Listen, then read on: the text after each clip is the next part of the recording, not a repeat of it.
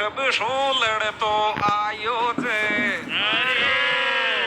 दीन दुखी के दिया तो सब सोलड़ तो आयो जे रे माता फूला का जाइया को गुण ने पार पायो जे गुण ने पार पायो जे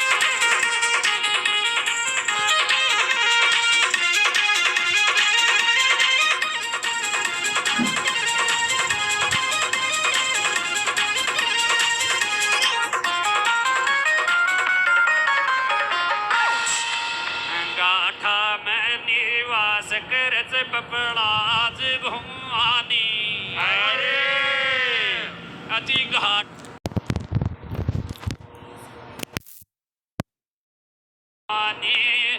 थान देखता आज डोकरा में वाई जुआने डोकरा में वाई जुआनी काटा में निवास कर पपड़ाज भुआने थान देखता आज डोकरा में वाई जुआने डोकरा में वाई जुआने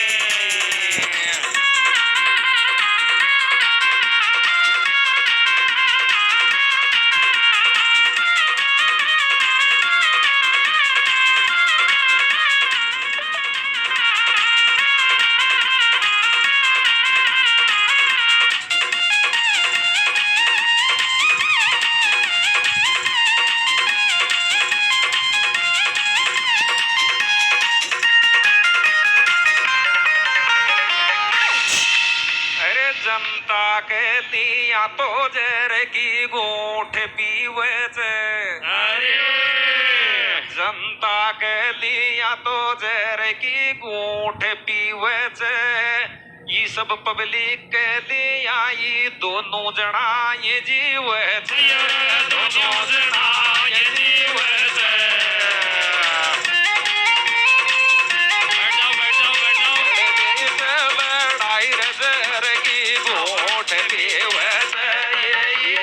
पब्लिक के दिया ये दोनों जना ये जिए दोनों जना ये जिए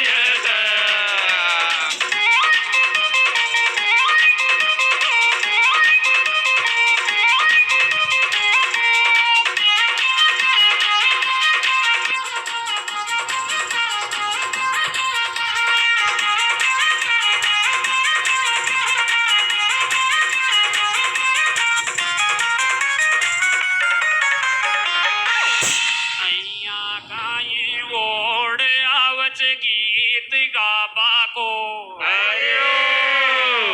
अइया का ये ओढ़ आवच गीत गाबा को सारो इंडिया देखे जय जन सैलाब बाबा को जन सैलाब बाबा को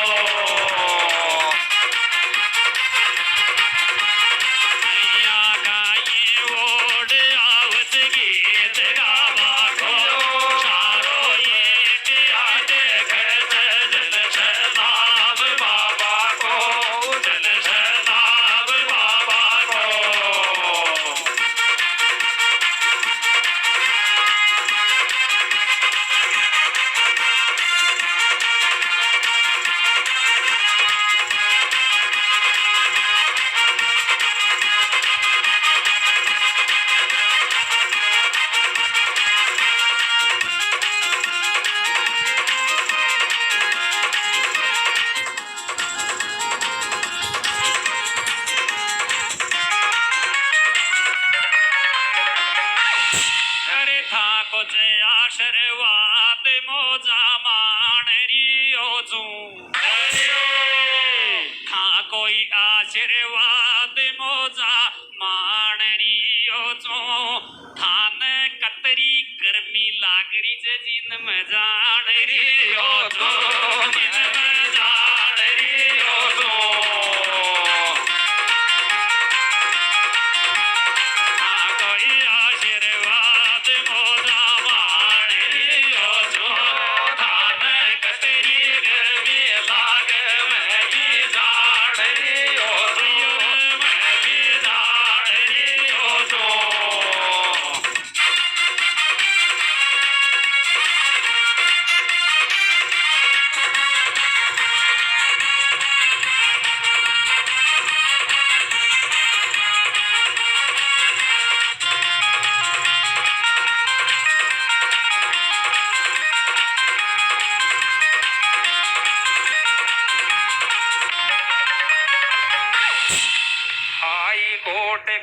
ईटी की बगल नांगल को थाणो छे अरे ये हाई कोर्ट के ईटी की बगल नांगल को थाणो छे के ई गर्मी सोए घबरा गा के जे प्रताण जानो छे प्रताण जानो छे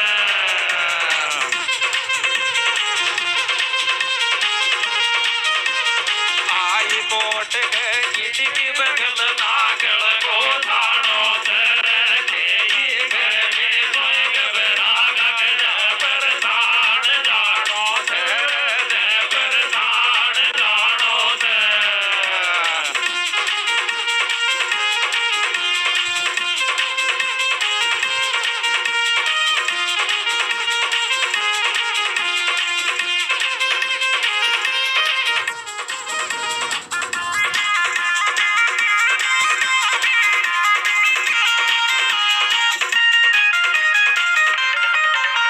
अरे कोई खे देजे माई गोल माँ कोई खे काकी जे अरे कोई खे देजे माई गोल माँ कोई खे काकी जे या तो पहली एग्जाम लागी जे फिजिकल वो और बाकी छे फिजिकल और बाकी जे कोई खे देजे माई गोल माँ कोई खे काकी जे पहली एग्जाम लागी जे फिजिकल और बाकी जे फिजिकल और बाकी जे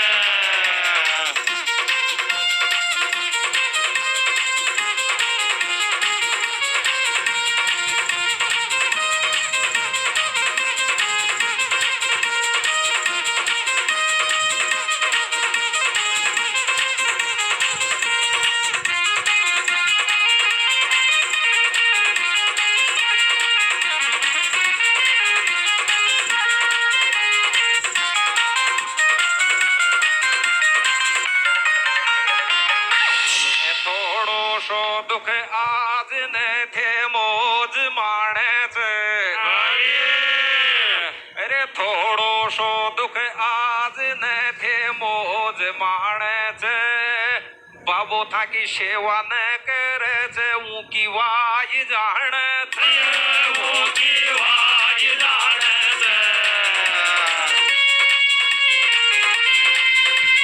थोड़ो सो दुख पालो ने थे मौज माणे छे बाबो था की सेवा न करे छे वो की वाज जाने दे वो की वाज जाने दे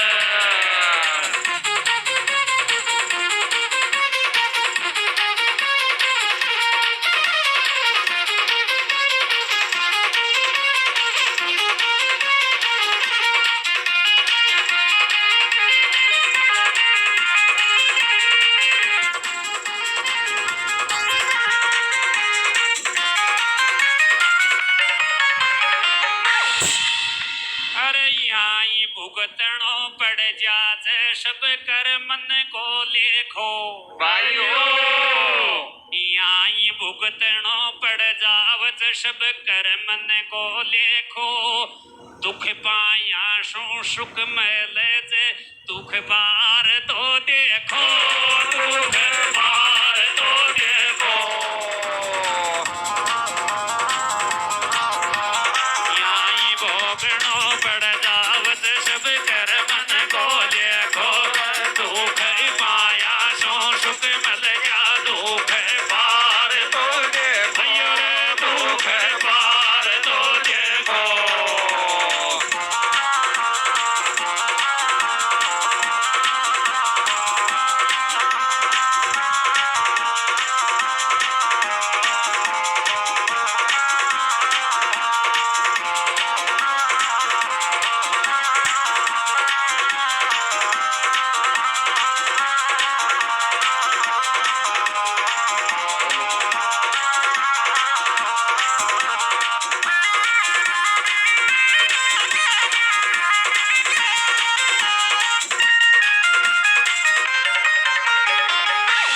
भारत में गूंजेगी जय जो हार की बाणी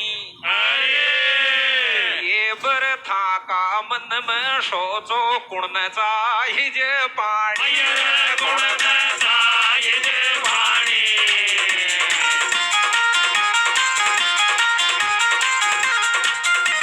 सुन बलवारा बाबा हार की बाणी रे ये बरथा का मन में सोचो कुण न जोरदार तालियां राजस्थान के कैलाल, राजस्थान के कैलाल। आइए अब जरा बैठ जाइए, विराजत हो जाइए हमारे बीच। वो मसीहा, वो वृक्ष, वो प्रणेता आ गए हैं जिन्होंने ये इतिहास रचा है और अभी आज शाम तक रचने जाएंगे। मेरी गुजारिश है माता बहनों से बैठ जाइए, अब सभी लोग बैठ जाइए।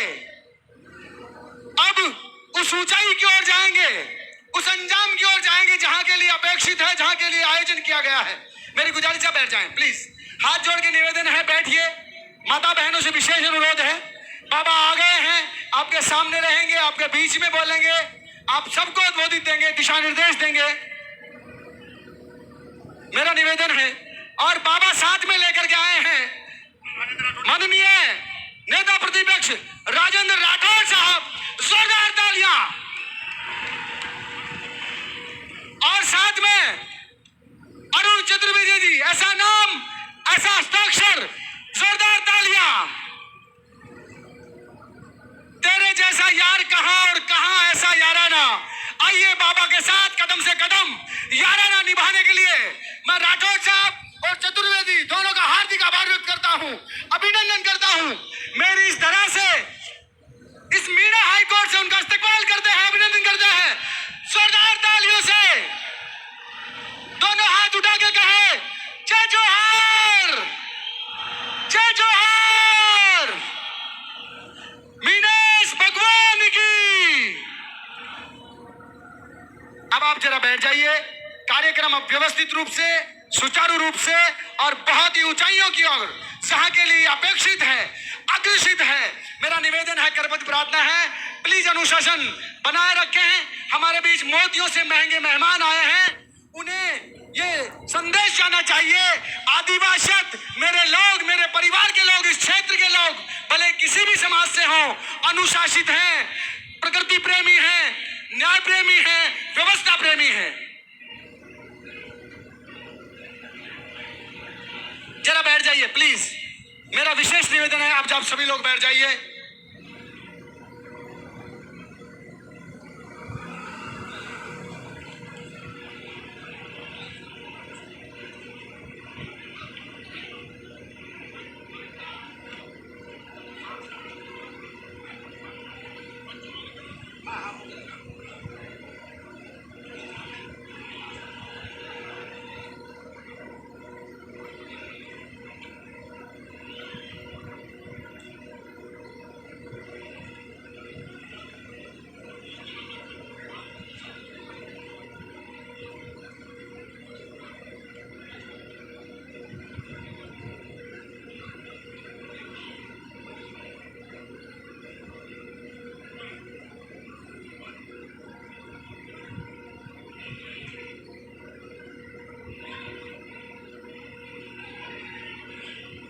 आप लोग जरा विराज हो जाइए, लीजिए।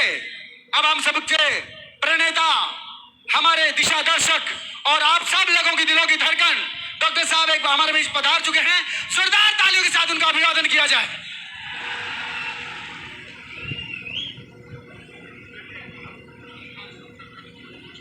और लीजिए, बाबा के साथ पूरी सरकार कहूं, पूरा राज कहूं आया है। उसके साथ युवा नेता बेरोजगार संघ के अध्यक्ष भाई उपेन्द्र यादव जी आए हैं, उनका इस्तकबाल करते हैं, वो भी मंच पे आए।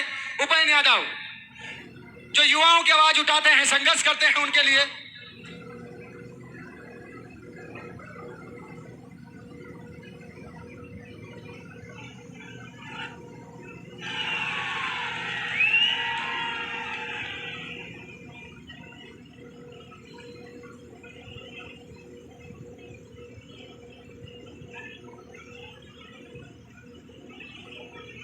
और साथ ही हमारे बीच माननीय प्रशांत बैरवा जी निवाई विधायक पधारे हैं, उनका इस्तकबाल करते हैं, स्वागत करते हैं।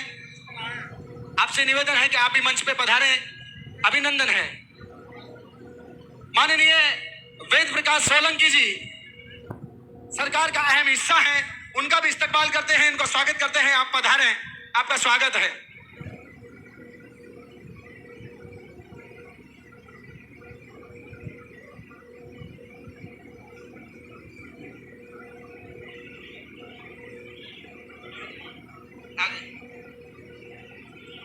तो लीजिए, आप जरा बैठ जाइए, मेरा निवेदन है। आप बैठेंगे, व्यवस्था बनाएंगे तभी बन पाएगी। आइए, सांस्कृतिक कार्यक्रम हमने देखा, अपनी कला को हमने देखा, अपने क्षेत्र की जो प्रतिभाएं थी उन्हें हमने देखा, लेकिन अब वक्त वो आ गया है कि ये संदेश, आज के समारोह का संदेश राजस्थान सरकार और केंद्र सरकार को जाना चाहिए, लगना चाहिए कि हम और डॉक्टर साहब कदम से कदम मिला करके उस मंजिल की ओर अग्रसर हो चुके हैं। तो लीजिए महेंद्रपाल जी, अब भाषण की श्रृंखला, उद्बोधन की श्रृंखला चालू होती है। माननीय महेंद्रपाल जी आए और सारगर्भित रूप से अपने उद्बोधन के माध्यम से हम सभी को अनुरोध करें। महेंद्रपाल जी मीना।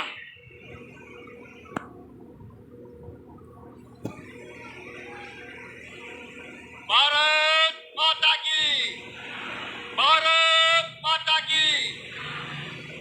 आज इस आदिवासी दिवस पर सर समाज के नेता हमारे आदरणीय डॉक्टर किरोड़लाल जी मीणा जी, हमारी माता श्री आदरणीय गौरमा देवी जी, हमारे विधानसभा के प्रतिपक्ष उपनेता राजेंद्र राठौड़ जी, हमारे पूर्व मंत्री अरुण चतुर्वेदी जी, मंच में विराजमान समस्त मंचासीन, आप सबको विश्व आदिवासी दिवस की बहुत बहुत हार्दिक और शुभकामनाएं।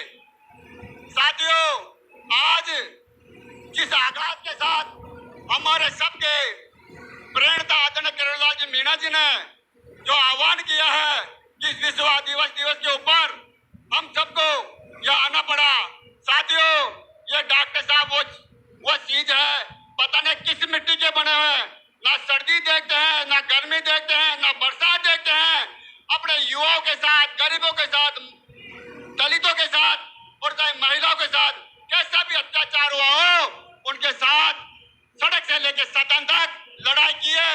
और जो डॉक्टर साहब ने जो आंदोलन किया है, उस आंदोलन को हमेशा सफलता की है। तो ऐसे गरीबों के मसीहा को मैं इस मंच के सामने और जमा रामगढ़ की ओर से बहुत बहुत नमन करता हूँ और प्रणाम करता हूँ। साथियों, आज डॉक्टर जो राजस्थान में सबसे बड़ा मुद्दा है, और डॉक्टर साहब का एक सपना है कि डॉक्टर साहब पूरी राजस्थान में जो नहर परियोजना लाना चाहते हैं, जो डॉक्टर साहब आज से नहीं 1988 से राजस्थान में, पूरी राजस्थान में 13 जिलों में जो पानी लाना चाहते हैं किसानों के लिए और पानी के लिए, मैं डॉक्टर साहब के सपने को हम सबको आज पूरा करना है। साथियों, ये लंबी लड़ाई डॉक्टर साहब ने 1988 लड़ते आया है, और संसद में भी जब ये राज्यसभा के सदस्य बन के गए तो डॉक्टर साहब ने पूरी राजस्थान का मुद्दा सबसे पहले उठाया। साथियों, आज डॉक्टर साहब ने जो 9 अगस्त विश्व आदिवासी दिवस है, इस उपलक्ष्य में जो जल क्रांति यात्रा निकालने के जो इन्होंने धैर्य किया है, हम सब डॉक्टर साहब के कंधे से कंधा मिला के और डॉक्टर साहब के राजस्थान के अशोक गहलोत जो मुख्यमंत्री है, उसके बंगले को, उसकी सरकार को घेरने चलेंगे। और आज हम सब आपसे, डॉक्टर साहब आप संघर्ष करो, हम साथ आपके साथ है। मैं बोलूंगा डॉक्टर साहब संघर्ष करो, हम आपके साथ। डॉक्टर साहब संघर्ष करो, डॉक्टर साहब संघर्ष करो। राजस्थान का एक ही लाल, राजस्थान का एक ही लाल। जय हिंद, जय भारत। आइए, समाभाव है, बड़े वक्ता हैं, वो बारी बारी से बोलेंगे, लेकिन मेरा विशेष निवेदन है, करबद्ध प्रार्थना है कि 3-3 मिनट का वो समय लें और अपना उद्बोधन दें, क्योंकि उसके बाद बड़े पुरोधा, बड़े वटवृक्ष जिनकी छाया में हम पल्लवित होंगे, हमारा सपना साकार होगा। मैं बुलाना चाहूंगा राजेश मीणा, पूर्व छात्र संघ अध्यक्ष हमारे बीच मौजूद हैं, वो आए और अपना सारगर्भित रूप से 3 मिनट का भाषण हम सभी को प्रदान करें। राजेश मीणा, पूर्व छात्र संघ अध्यक्ष।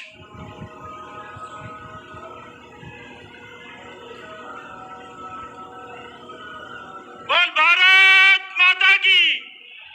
भारत माता की, बोल पपड़ाज माता की।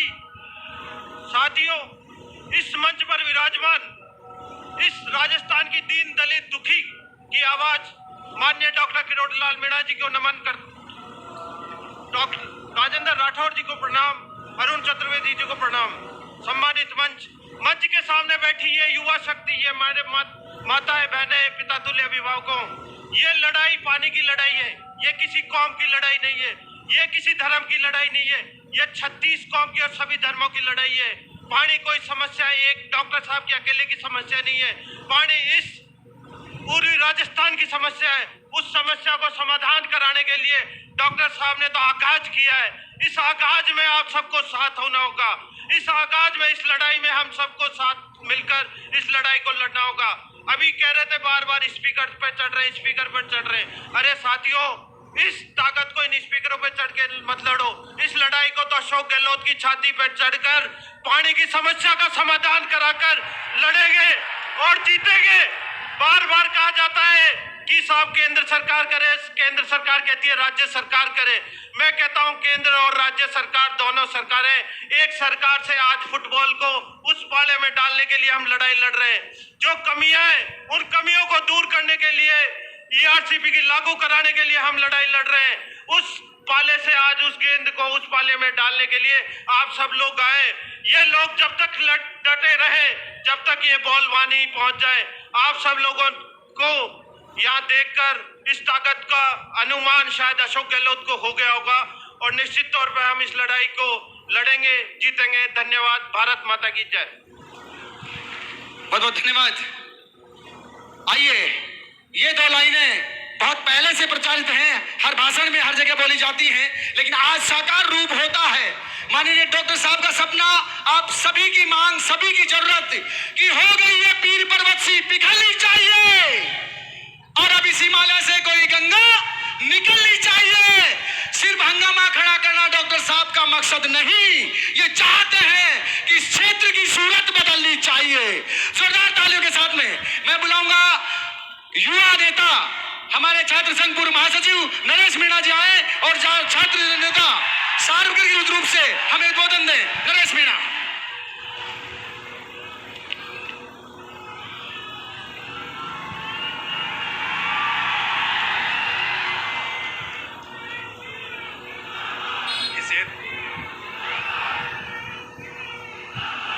पूर्वी राजस्थान के इस ऐतिहासिक स्थल पर पधारे हुए राजस्थान के सभी आदिवासी भाइयों और आदिवासियों के साथ साथ आज इस पावन पर्व पर, पावन दिवस पर हजारों की तादाद में पूर्वी राजस्थान के किसान भाई, हर जाति वर्ग के व्यक्ति यहाँ आए हैं और वो इस उम्मीद के साथ यहाँ आए हैं कि हम आदिवासियों का आदिवासी दिवस भी मनाएंगे और उसके साथ साथ जो पूर्वी राजस्थान नहर परियोजना का जो मामला चल रहा है, जो चंबल को पानी को लाने का जो मामला चल रहा है, उसमें डॉक्टर साहब की आवाज में आवाज मिलाकर पूरी राजस्थान में चंबल के पानी को लाने का जो प्रयास चल रहा है, उस लड़ाई में हम सब शामिल होंगे। इसलिए आदिवासी भाइयों के अलावा जो अन्य समाजों के अन्य वर्गों के लोग इस कार्यक्रम में शामिल हुए हैं, उनका हार्दिक अभिनंदन करता हूँ, हार्दिक जोहार करता हूँ। जय जोहार के साथ अपनी बात को आरंभ करता हूँ। मेरे प्यारे भाइयों, इस देश में, इस संसार में कई जाति है, कई धर्म है। हर जाति का अपना एक झंडा है, हर जाति का अपना एक स्थान है, हर धर्म का एक झंडा, हर धर्म का एक स्थान है और हर व्यक्ति की अपनी अपनी आस्था है।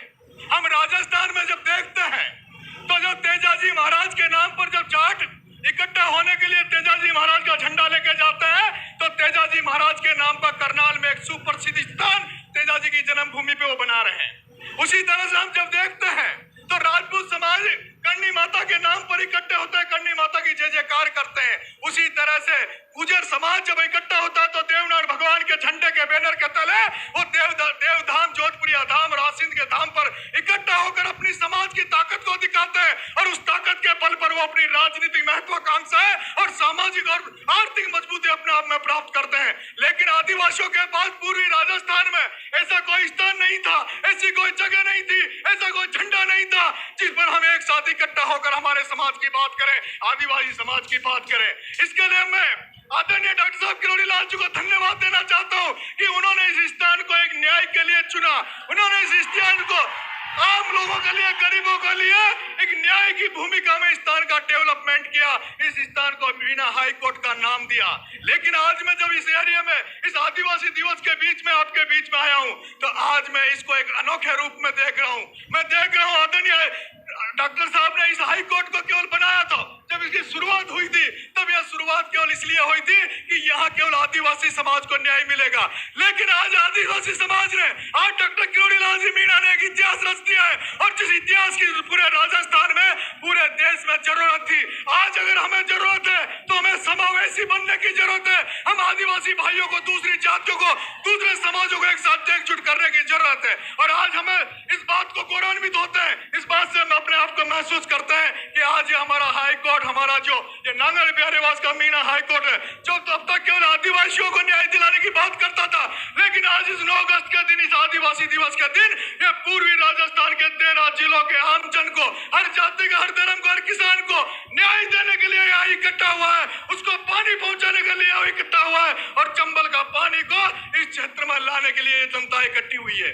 मेरे भाइयों, पिछले कई दिनों से ये आरसीपी पर डिस्कशन चल रहा है। नरेंद्र मोदी जी देश के प्रधानमंत्री भी अपनी मन की बात यहाँ कह के गए थे आरसीपी को लेके। उसके बाद गहलोत साहब ने भी स्टेटमेंट दिए, गजेंद्र सिंह जी ने भी स्टेटमेंट दिए। दोनों पार्टियां, कांग्रेस पार्टी और भारतीय जनता पार्टी, हर जगह जब भी उनको पता लगता है तो ये आरसीपी पे चर्चा करते हैं। मेरे भाइयों ने कहा, भाई साहब अपन को ये आरसीपी पे काम करना चाहिए। तो मैंने कहा भाई मुझे तो अभी आरसीपी की ABCD भी पता नहीं है, ये आरसीपी है क्या। फिर जब मैं गांव से जयपुर आया तो सबसे पहले मैंने देखा कि अगर पूर्वी राजस्थान को, जनता को कोई न्याय दिला सकता है, अगर कोई जन नेता इस काम को पूरा कर सकता है तो वो एक ही जन नेता हुआ किरोड़ी लाल। और मैं आदरणीय डॉक्टर साहब के पास, मेरी पार्टी अलग है, मेरी विचारधारा भी अलग हो सकती है, लेकिन मैं सबसे पहले डॉक्टर साहब के पास गया और डॉक्टर साहब से मैंने आग्रह किया कि साहब ये आरसीपी का जो मामला है, हमें क्या करना चाहिए, कैसा मुद्दा है, क्या मामला है। डॉक्टर साहब ने कम से कम 1 घंटा मुझे बिठाकर पूरा उन्होंने जितना भी मैप था, जितना भी इसके बारे में, ये आरसीपी के बारे में पूरा समझाया। और उन्होंने कहा कि ये जो ऐसा मुद्दा है, ये किसी जाति का मुद्दा नहीं, धर्म का मुद्दा नहीं, किसी पार्टी पॉलिटिक्स का मुद्दा नहीं है, ये 13 जिलों की जनता का मुद्दा है। और इसमें आप सबको, जो भी लोग जागरूक लोग हैं, जो जनसेवा में है, उनको इसमें काम करना चाहिए। और मेरे भाइयों, मेरे युवा साथियों, हमने पिछली बार जब पूरे एरिया में हम घूम रहे थे तब हम ये कह रहे थे, लोगों के पास हम जब गए तो लोग हमारी मजाक उड़ा रहे थे। पंच पटेल कहते थे, अरे भैया नरेश, डॉक्टर साहब 89 से मामला उठा रहे हैं। किरोड़ी लाल जी नेवासी में जब लोकसभा का चुनाव लड़े तब ये कह रहे थे कि भाई चंबल का पानी लाएंगे। अब डॉक्टर साहब से नहीं आ पाया तो तुम कहां से लाओगे, तुम्हारी क्या औकात है। और यही कारण था, हमने मेहनत करी लेकिन हमारे साथ जनता नहीं लगी, क्योंकि इस पूर्वी राजस्थान की जनता को अगर किसी में भरोसा है, किसी में इस जनता को विश्वास है, तो मात्र एक ही नेता है, वो एक ही जन नेता हुआ है किरोड़ी लाल मीणा। और वो भरोसा वो जन नेता का वो विश्वास एक दिन में अपनाया हुआ विश्वास नहीं है दोस्तों। ये वो किरोड़ी लाल मीणा है जो जन भावना के साथ, जनता के साथ, इन्होंने अपनी पार्टियों को ठोकर मारी, इन्होंने पदों को भी ठोकर मारी। जब जनता ने इनको पुकारा, ये जनता के बीच में खड़े रहे। और ये एक व्यक्ति है जिसने हमेशा जनता के लिए, आपको मैं एक उदाहरण देना चाहता हूँ मित्रों। हाई कोर्ट का एक बार आदेश आया, इस क्षेत्र में जुगाड़ हमारे चलते हैं। हाई कोर्ट ने आदेश किया कि जुगाड़ अब नहीं चलेंगे।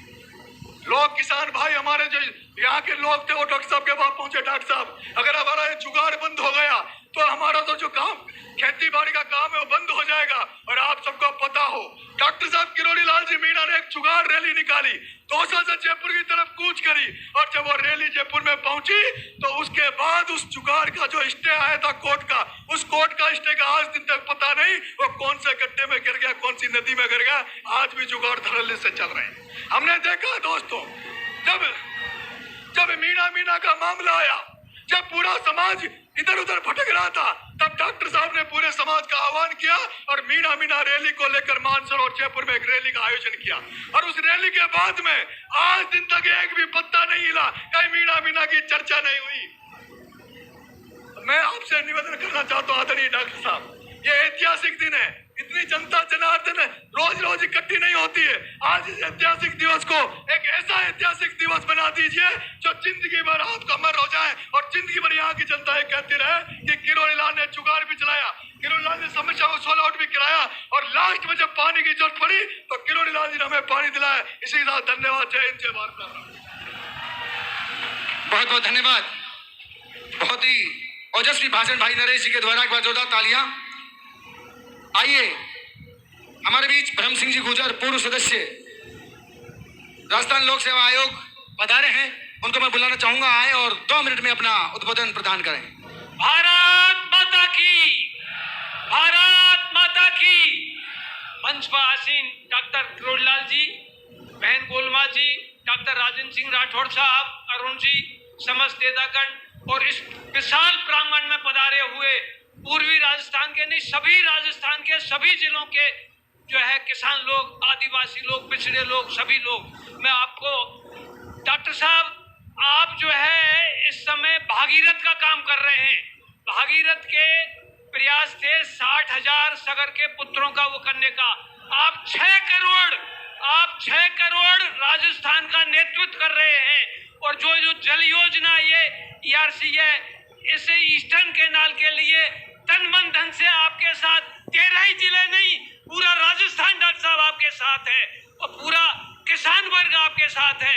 आपसे निवेदन है कि इस संघर्ष को आप करते रहें और आपसे नहीं, जब से आप 89 से जो है आपने एक संकल्प लिया था कि ये राजस्थान का पूर्वी क्षेत्र हरियाणा कहलाएगा, अब हमें लगने लग गया है डॉक्टर साहब, आप अवश्य इस अभियान में सफल होंगे और ईस्टर्न कैनाल को केंद्र सरकार के द्वारा आदरणीय मोदी जी से, आदरणीय राजस्थान सरकार से हम इसका हमारे इस अधिकार को लेके रहेंगे। जय भारत, जय किसान।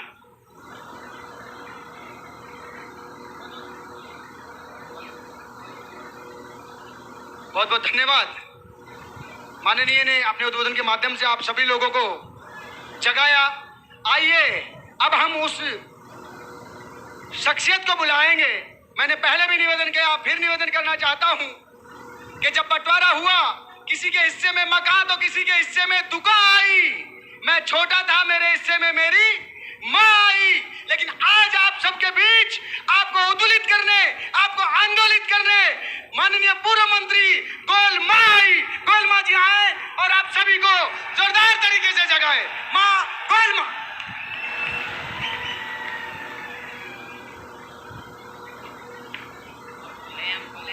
पानी की बोतल से तो काट है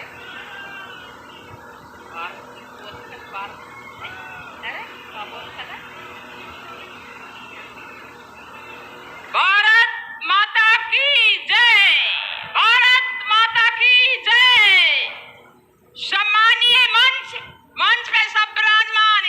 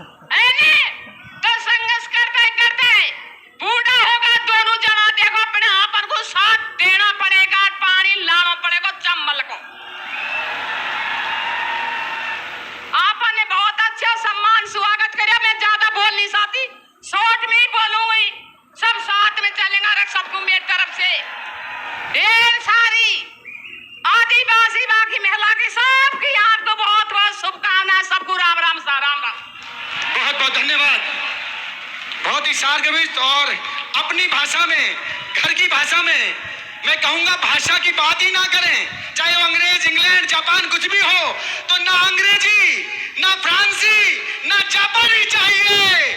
माँ ने कहा हमें सिर्फ पानी चाहिए। आइए अगला नाम माननीय टीकाराम जी मीणा साहब आए और अपना उद्बोधन प्रदान करें। आईएएस अधिकारी माननीय टीकाराम मीणा साहब।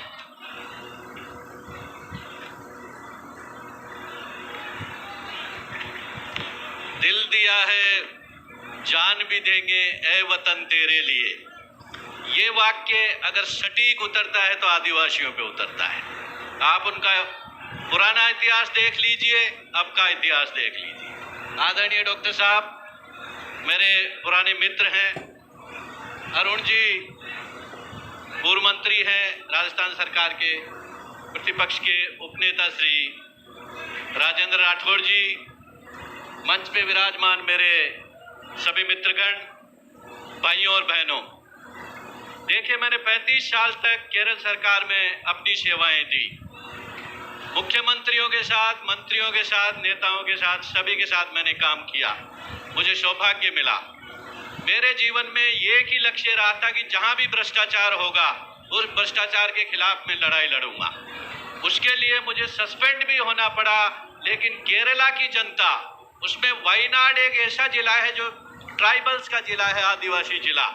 जब मुझे सस्पेंड किया गया तो पूरे ट्राइबल और पूरे आदिवासी और पूरी वायनाड की जनता मेरे लिए उठ खड़ी हुई और 4 दिन के अंदर वहां की जो सरकार थी, वहां का मुख्यमंत्री था, उसको झुकना पड़ा और मेरा सस्पेंशन उनको वापस लेना पड़ा। जनता की शक्ति का यही प्रभाव है। आज राजस्थान में भ्रष्टाचार चरम सीमा पे है। मैंने राजस्थान की ऐसी दुर्दशा कभी नहीं देखी थी, क्योंकि मैं जिस राज्य में रहा हूं वहाँ राजनीतिक मूल्यों और नैतिकता का स्तर बहुत ही ऊपर है। अगर थोड़ा सा भी आरोप किसी मंत्री के ऊपर, नेता के ऊपर या अफसर के ऊपर आता है तो या तो उसको इस्तीफा देना होता है या तुरंत उसको सस्पेंड किया जाता है। लेकिन राजस्थान में जिस तरह की लूट देखने को मिल रही है, ये बड़े शर्म की बात है। यहाँ के नेता, यहाँ के कर्मचारी, यहाँ के इंजीनियर, यहाँ के नौकरशाह और ब्यूरोक्रेट्स क्या कर रहे हैं ये समझ में नहीं आ रहा। मैंने कई मंचों पे कई नेताओं के साथ मुझे बोलने का मौका मिला। मैंने ये बात उनको कही थी कि राजस्थान की ये संस्कृति और ये संस्कार नहीं रहा है। मैं जब भारत सरकार में काम करता था तो मुझे डॉक्टर अंबेडकर के ऊपर अध्ययन करने के लिए माननीय थावरचंद गहलोत जी ने लंदन भेजा। लंदन में 15 दिन रहा और डॉक्टर अंबेडकर के बारे में मैंने अध्ययन किया। उसके बाद में आपकी छोटी सी बेटी है, मेरी बेटी, उसको मोदी जी ने 10 दिन के लिए सोवियत रूस में पूरे देश के एनसीसी कैडेट्स का नेतृत्व करके रशिया में भेजा।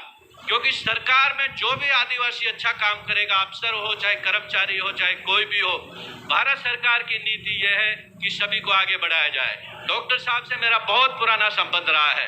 जब मैं 2004 में आया था योजना, 2001 में भारत सरकार में आया, केसी पंत साहब वहाँ के डिप्टी चेयरमैन थे, वाजपेयी जी मेरे प्रधानमंत्री जी थे। मैंने 5 साल प्लानिंग कमीशन में काम किया, 5 पंचवर्षीय योजनाएं हमने बनाई। तब भी उस दौरान एक योजना का जिक्र इधर चलता था, लेकिन उस योजना का क्या हुआ मुझे उसका मालूम नहीं है, क्योंकि डॉक्टर साहब ने और मैंने मिलकर करीब 10-12 सम्मेलन किए थे पूरे राजस्थान में उस दौरान, और उसके लिए बात उठाई थी। अब ERCP का मामला है तो इसके लिए हम सभी को संघर्ष करना पड़ेगा। आप सभी यहाँ इकट्ठे हुए हैं, हमारे पार्टी के वरिष्ठ नेता यहाँ, इसके लिए पॉलिटिकल कमिटमेंट चाहिए। और मेरा विश्वास है कि आप सभी लोग, जितनी भीड़ यहाँ इकट्ठी हुई है, क्योंकि पानी को राजनीतिक मुद्दा नहीं बनाना चाहिए, इसके अलावा दोनों पार्टियां, चाहे कांग्रेस हो चाहे बीजेपी हो, सभी को एक साथ मिलके इसके ऊपर काम करना है और हमारी तरफ से जितना सहयोग होगा हम जरूर देंगे। डॉक्टर साहब से यही निवेदन है कि इस आंदोलन को आप आगे बढ़ाएं। जितनी भीड़ यहाँ इकट्ठी हुई है वो इसका प्रमाण है कि आप इसके लिए कटिबद्ध है, राजनीतिक रूप से आपकी इच्छा शक्ति है। अरुण जी से मैं एक बार मिला था जब मंत्री थे, मैं सफाई कर्मचारी आयोग में था। सफाई कर्मचारियों के लिए इन्होंने जितना किया है राजस्थान में शायद कोई मंत्री कर पाए। मुझे आदेश मिला है कि मैं अपना भाषण खत्म कर दूं, क्योंकि आप सुनने के लिए तैयार नहीं है। कभी शिक्षा के बारे में और बताएंगे। जय हिंद, जय भारत। माननीय IAS महोदय ने अपनी बातें रखी। आइए इसी श्रृंखला में माननीय ब्रज मोहन जी मीणा साहब IAS पधारें और अपना सारगर्भित रूप से आप लोगों को उद्बोधित करें। माननीय ब्रजमोहन मीणा साहब।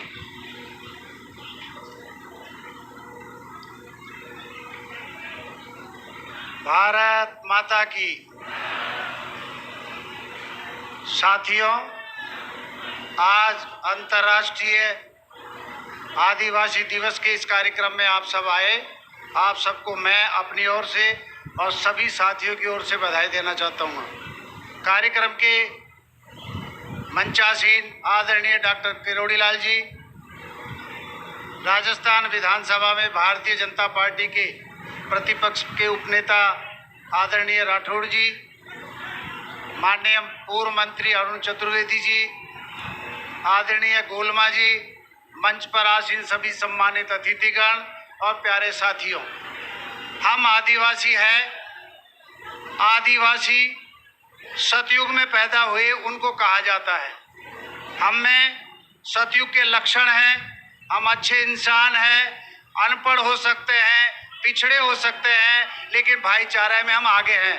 हमारे डॉक्टर साहब, बहुत लंबा इतिहास है उनका राजनीतिक संघर्ष का।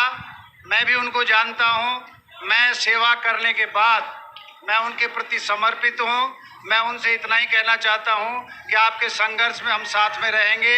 ये राजस्थान, पूर्वी राजस्थान जो कैनाल परियोजना है, उसके लिए वो 2-3 साल से कहते रह रहे हैं। ये उनका ही पहला प्रयास है। राजस्थान सरकार को झुकना पड़ेगा। भारत सरकार इसका साथ देगी तो डेफिनेटली ये परियोजना हम लोग सफल होंगे।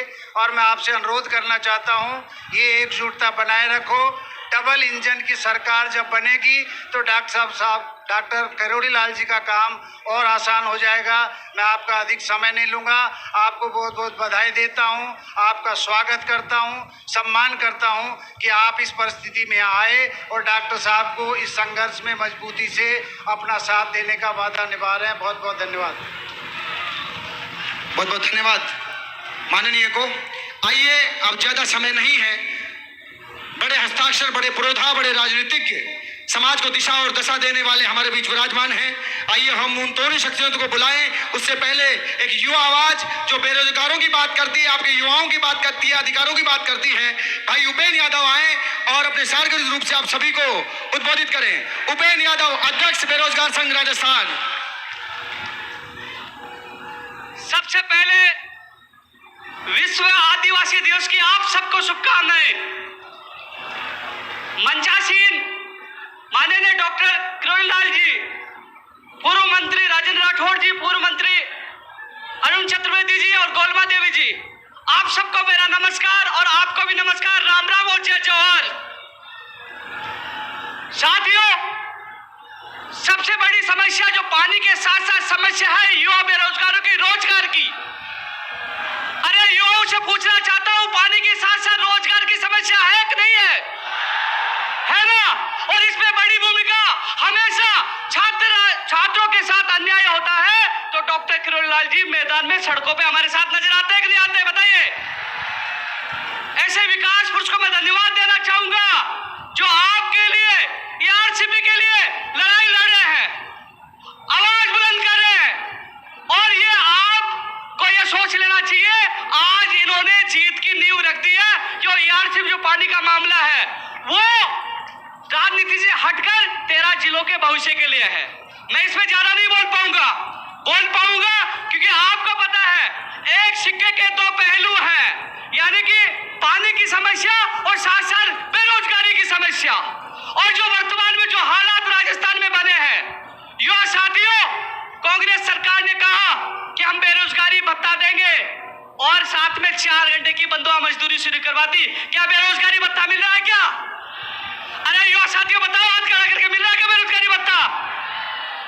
और जो राजस्थान में जो भर्तियां निकाली जाती है उसमें बाहरी राज्य के लोग आ जाते हैं और राजस्थान वालों को नौकरियां नहीं मिली। क्या राजस्थान के लोगों को प्राथमिकता मिलनी चाहिए कि नहीं मिलनी चाहिए? अरे जोर से जोश होना चाहिए, मिलनी चाहिए कि नहीं मिलनी चाहिए? पेपर लीक हो जाते हैं और खुद रक्षक ही भक्षक बन जाते हैं।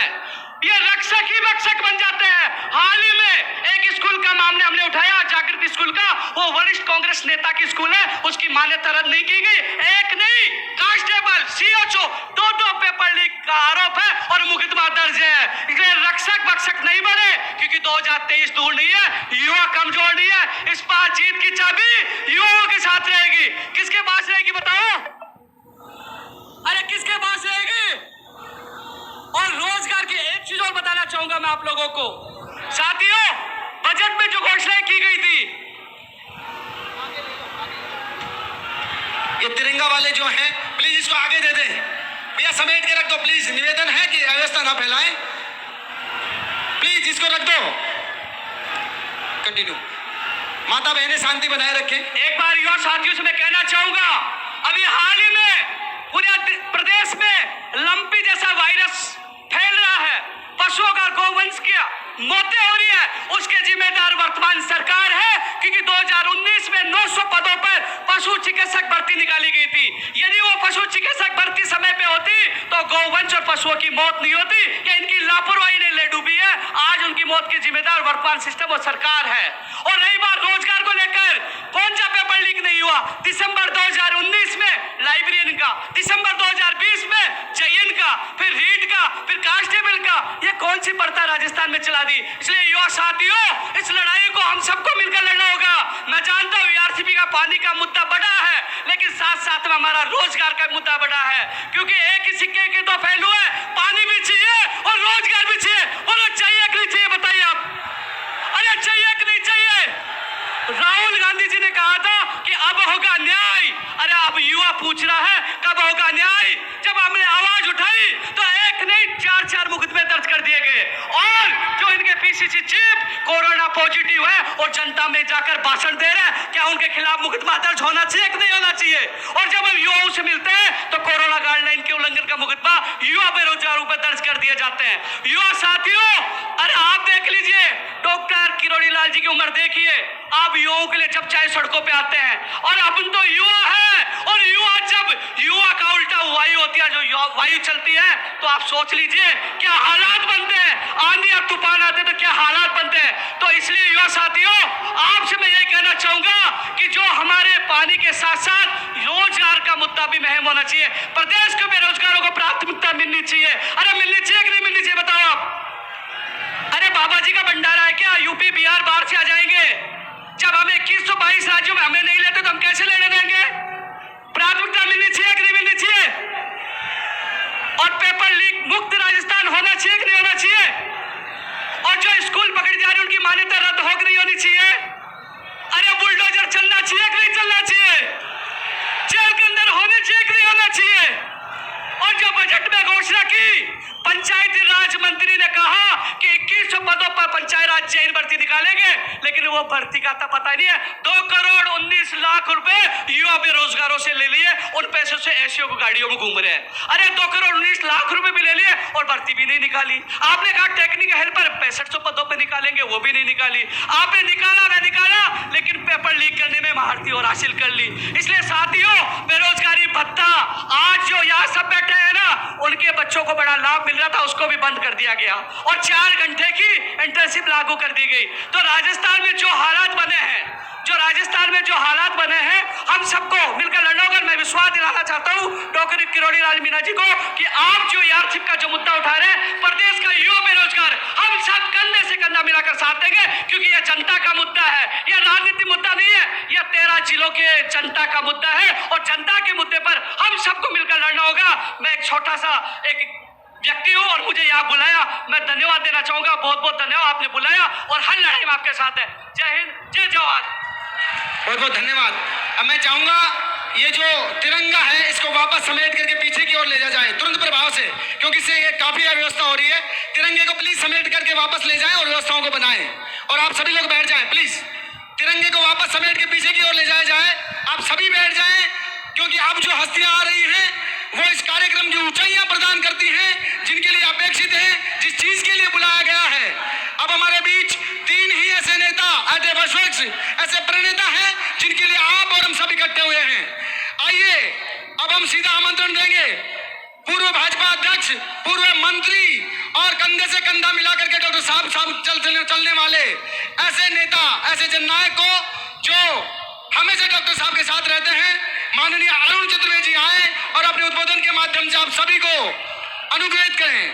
माननीय अरुण चतुर्वेदी साहब।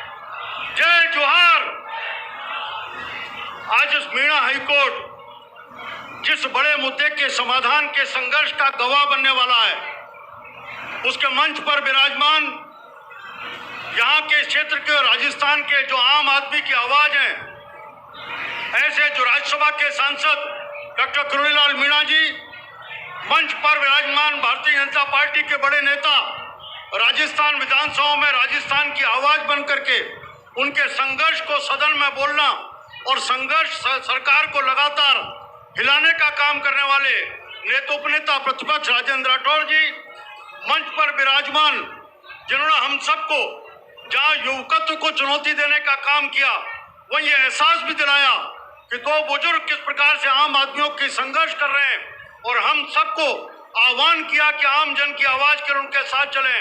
ऐसी हमारी भाभी सम्मान्य गोलमा देवी जी, मंच पर विराजमान सभी दलों के और सभी समाजों के वरिष्ठ नेतागण और इस सभा में उपस्थित बड़ी संख्या में पधारी मातृशक्ति, आप सभी केवल यहाँ के दौसा जिला नहीं बल्कि आसपास के सब जिलों से पधारे हुए युवा साथियों, मातृशक्ति और इस क्षेत्र के सम्मानित नागरिकगण, मैं आप सभी को बधाई देता हूँ कि आज जो डॉक्टर साहब ने तो आज का दिन चुना है 9 अगस्त, वो इतिहास के पन्नों पर दो चीजों को इंगित करता है। एक तो आज के दिन अंग्रेजों को भारत छोड़ो आंदोलन की शुरुआत करके अंग्रेजों भारत छोड़ो इसका आह्वान किया था, भारत छोड़ो आंदोलन का दिवस है। और दूसरा, आज बिरसा मुंडा की जयंती के अवसर पर आदिवासी जयंती का भी अवसर है। सारा देश आज आदिवासी जयंती मनाने जा रहा है। उसी अवसर पर हम पूर्वी राजस्थान के हैं और सौभाग्य से मैं भी पूर्वी राजस्थान के भरतपुर का रहने वाला हूँ। यहाँ की पीड़ा को समझता हूँ, भावनाओं को समझता हूँ। मुझे ध्यान है किसी समय इलाका था जो पानी का सरसब्ज रहता था, बरसात पूरी होती थी, पानी की कमी नहीं थी, लेकिन धीरे धीरे ऋतु परिवर्तन का परिणाम ये हुआ कि हमारे यहाँ पानी की कमी होती चली गई। मुझे ध्यान है डॉक्टर साहब मंच पर बैठे हैं, पांचना बांध का मुद्दा होगा, डॉक्टर साहब संघर्ष में खड़े थे, बाणगंगा का मुद्दा था, हम उसको कैसे भरा जाए इस विषय का मुद्दा था, भरतपुर के जमुना जल का मामला, उस विषय को उठाने की बात की। अभी पिछली सरकार के समय ये ईस्टर्न प्रोलैंड जो प्रोजेक्ट है पूर्वी राजस्थान के पानी को, चंबल के पानी को लाने का, इस प्रोजेक्ट को लेकर के पिछली सरकार ने योजना बना करके 13 जिलों को पानी पहुंचाया जाए, एक प्रोजेक्ट बनाकर केंद्र को भेजा। उसके लिए टेक्निकल कमेटी की जरूरत थी, टेक्निकल कमियां थी। आज राज का परिवर्तन हुआ और राज परिवर्तन के कारण से जिन बिंदुओं को पूरा करके भेजना था, उन बिंदुओं को वर्तमान सरकार के द्वारा पूरा नहीं किया। केवल मुख्यमंत्री महोदय रोजाना कोई ना कोई नई चीज बोलते हैं, केंद्र को आरोपित करते हैं, केंद्र को कहने का काम करते हैं कि आप इस योजना को लागू करें। जब केंद्र का मंत्री जयपुर इस योजना के लिए आकर मिलता है, अपनी टीम को लेकर के आता है, तो मुख्यमंत्री उस मीटिंग में नहीं आते, मंत्री उस मीटिंग में नहीं आता। इससे उनकी प्राथमिकता का पता चलता है। उसी हालत क्या कर रहे हैं? भाषण सुन रहा है, डॉक्टर का चल रहा है, ऑनलाइन चल रहा है। छुट्टी ताजियान की छुट्टी है तो ताजियान की है।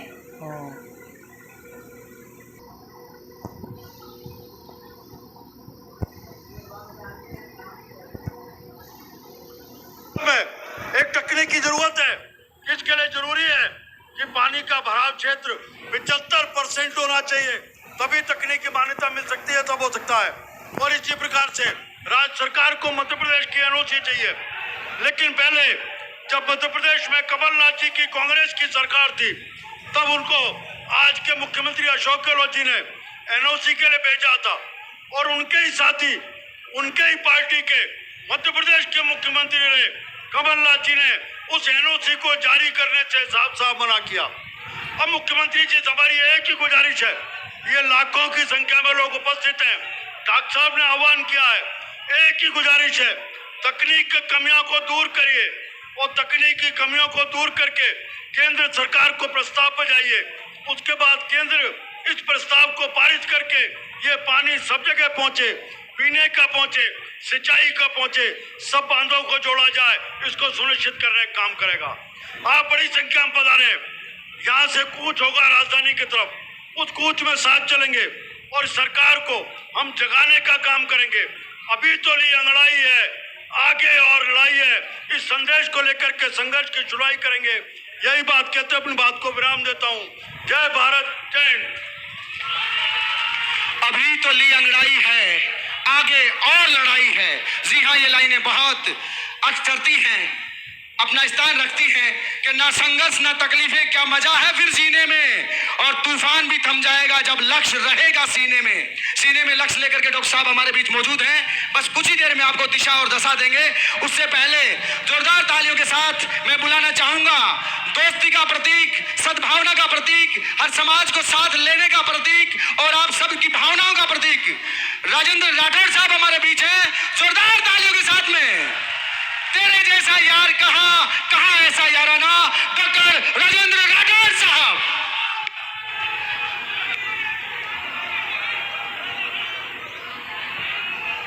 विश्व आदिवासी दिवस के इस ऐतिहासिक दिवस पर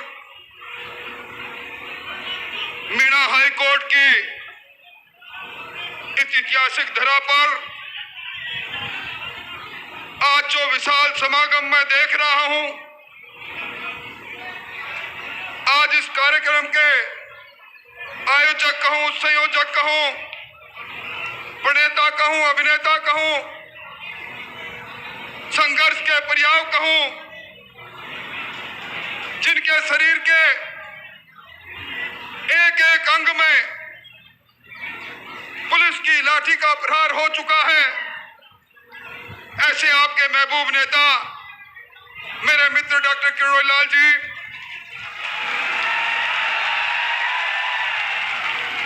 प्रदेश भारतीय जनता पार्टी का नेतृत्व कर चुके अरुण चतुर्वेदी साहब, और अभी जिसकी ललकार हमने सुनी, महारानी लक्ष्मी देवी के साक्षात अवतार को इस मंच से मैंने देखा जब आप ही की भाषा में भाभी गोलमा आपको ललकार रही थी। ऐसी आदरणीय भाभी गोलमा जी, सत्तारूढ़ दल के विधायक भाई सोलंकी जी, बैरवा जी, टीकाराम जी, ब्रिजमोहन जी और मंच पर आसीन उपेंद्र यादव सहित नरेश जी, मेरे सामने विराजित इस मीणा हाई कोर्ट के अंदर 13 जिलों से करो या मरो के भाव से आए हुए आदिवासी भाइयों, शक्तिश्वरों, माता बहनों और नौजवानों,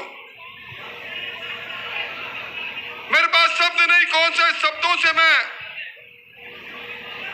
आपका अभिनंदन करूं। दौसा से निकलते हुए जिस मार्ग से हम बढ़े,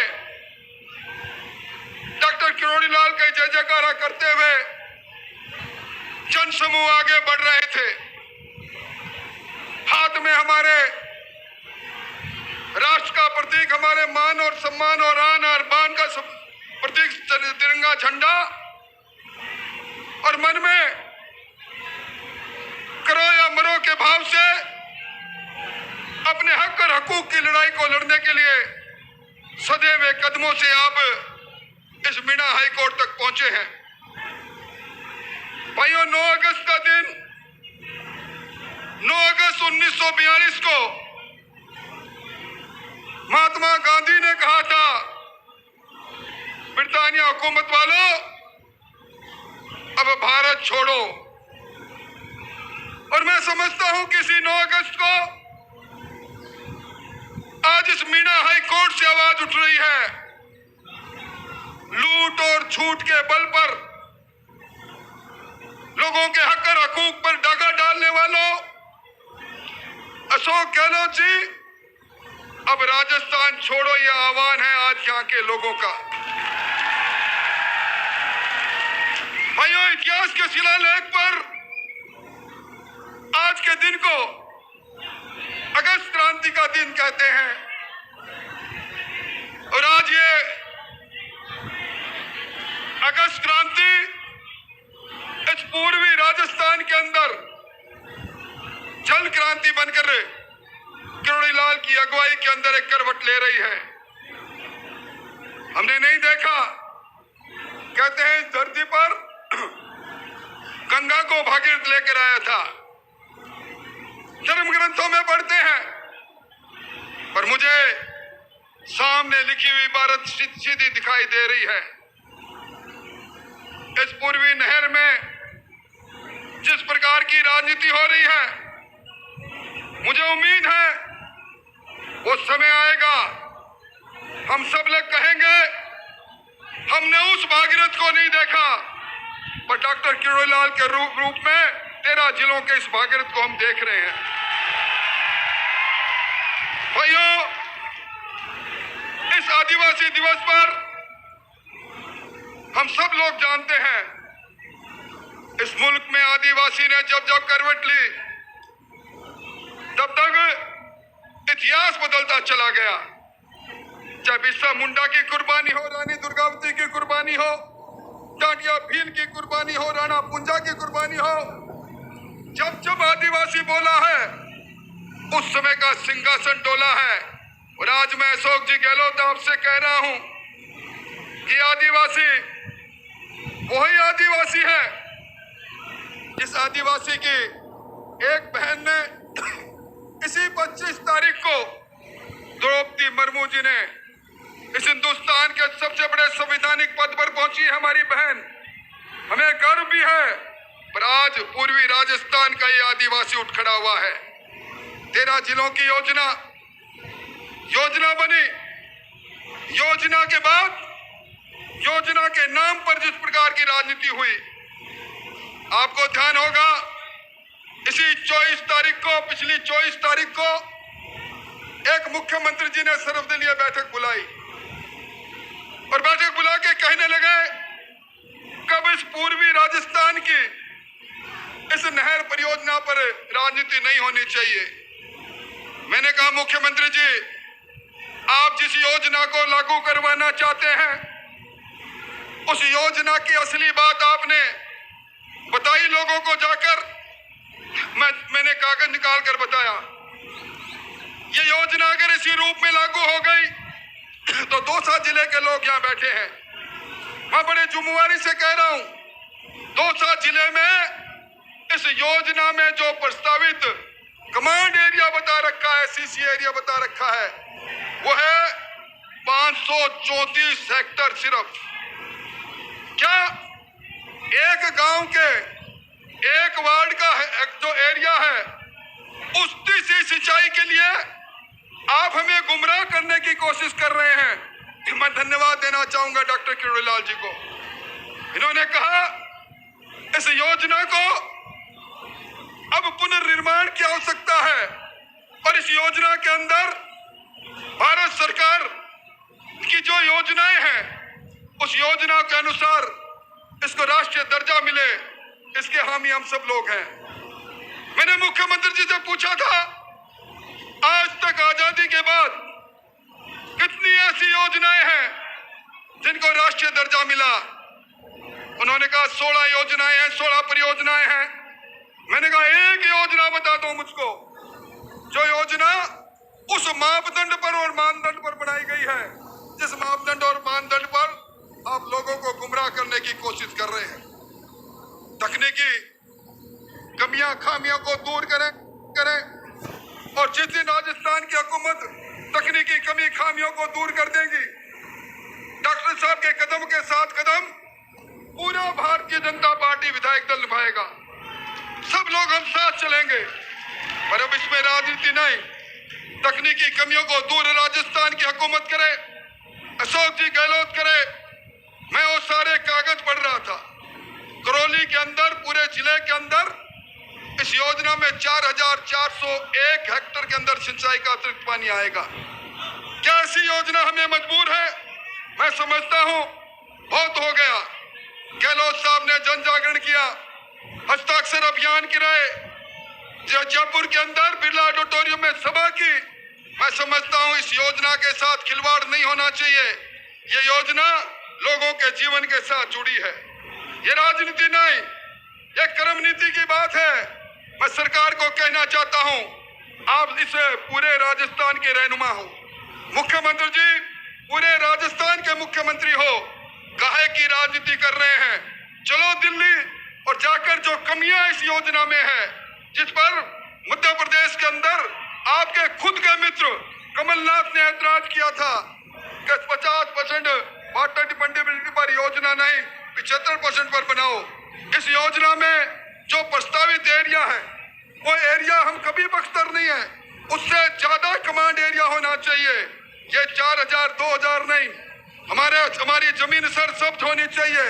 योजना का निर्माण ऐसे हो कि खेत के में हर खेत में पानी पहुंचे। इसके बाद निश्चित तौर पर ध्यान रखनी चाहिए। अब अशोक गहलोत जी जन जागरण क्यों कर रहे हैं? अभी मुझसे पहले उपेंद्र जी ने बात कही, बेरोजगारी मुंह बाए खड़ी है।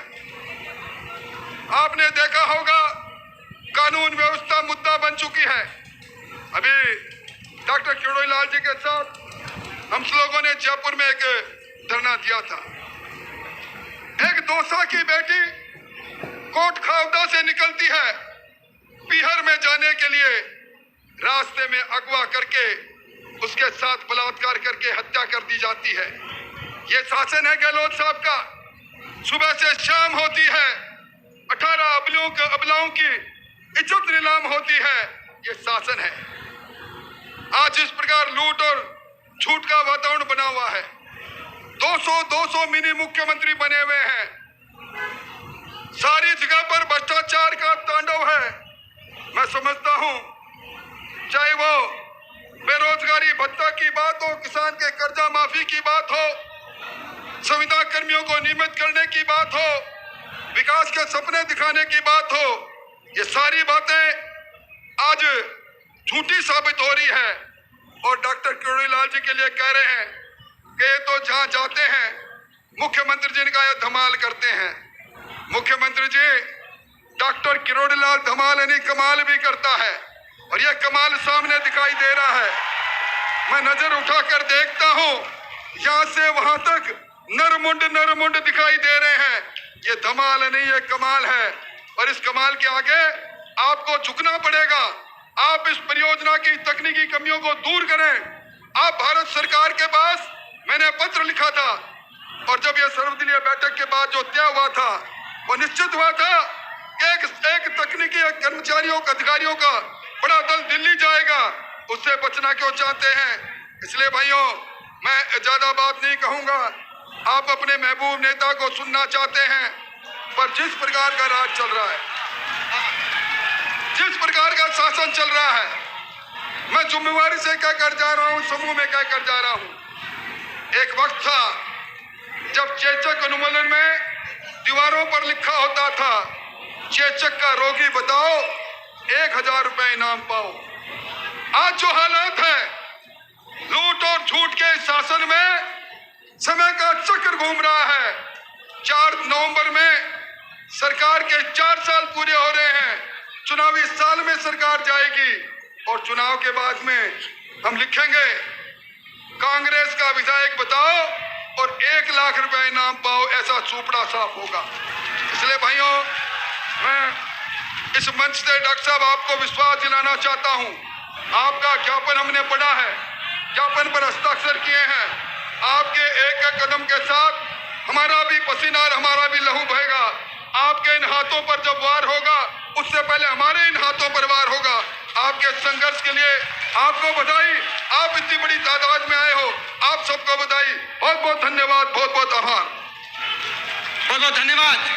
क्या बुलंदी देर तक किस शख्स के हिस्से में आती है? बहुत ऊंची इमारत हर घड़ी खतरे में रहती है, लेकिन उस इमारत को बचाने माननीय चतुर्वेदी जी, माननीय राठौड़ साहब आ गए हैं। आप सब आए हैं, अब इस इमारत को कोई हिला नहीं सकता। आइए, मैं इन लाइनों के सामने डॉक्टर साहब को बुलाना चाहूंगा कि दिलों में विश्वास पैदा करता है, हम सब में कुछ आस पैदा करता है। मिट्टी की बात तो सब करते हैं, लेकिन बाबा वो है जो पत्थरों में भी घास पैदा करता है। जोरदार तालियों के साथ डॉक्टर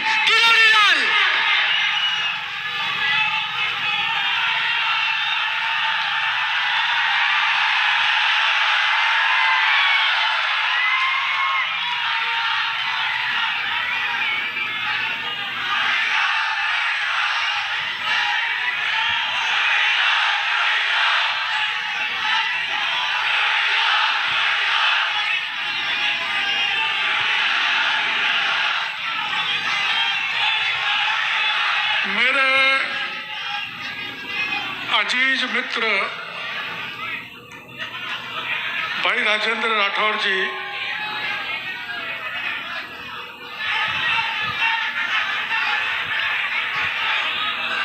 मेरा राठौर जी से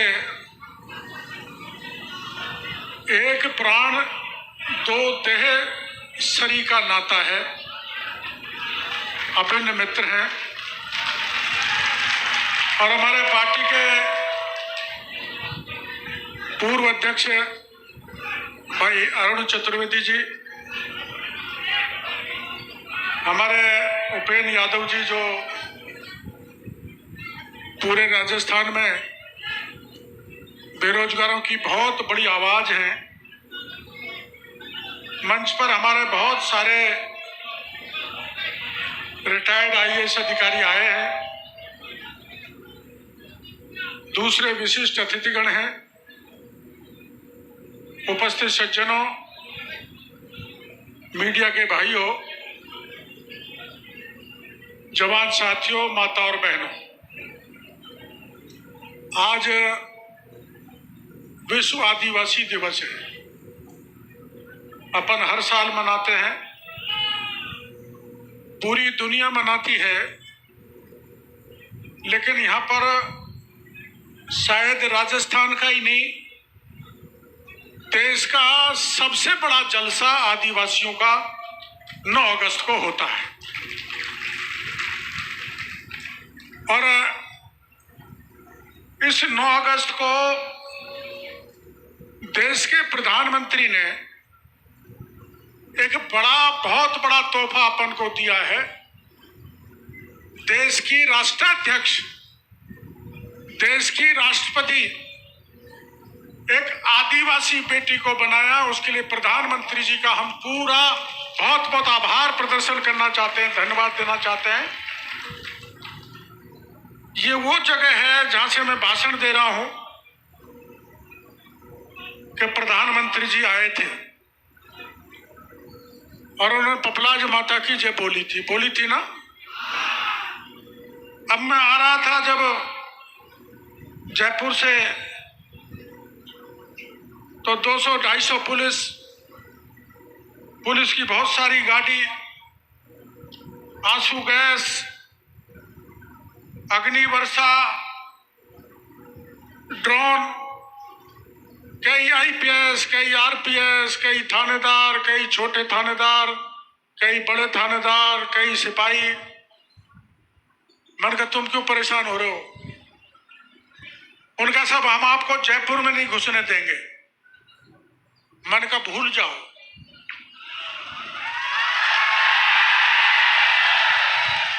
अरे भाई, गहलोत साहब ने ये कहा था, मैंने कहा था, जब आमागढ़ पे केसरिया झंडा फाड़ दिया था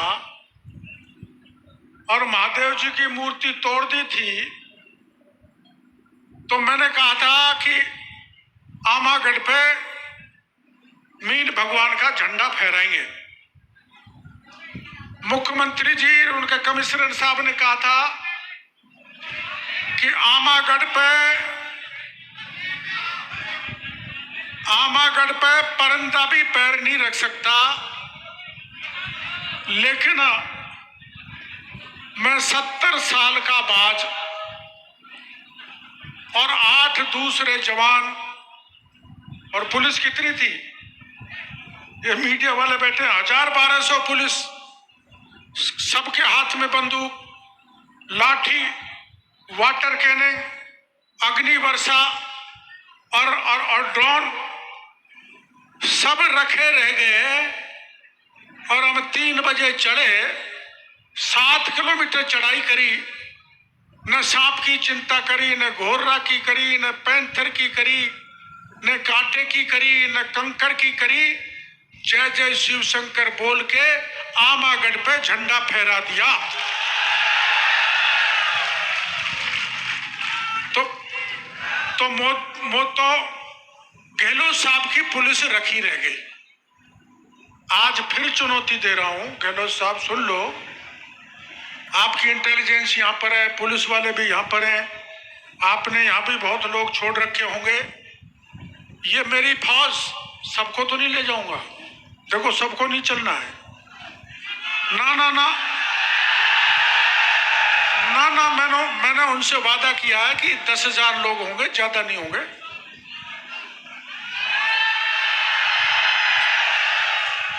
चलना है, और चलना है, चल के क्या कहना है। गहलोत साहब ये कह रहे हैं कि ईआरसीपी का पानी मोदी जी नहीं देना चाहते,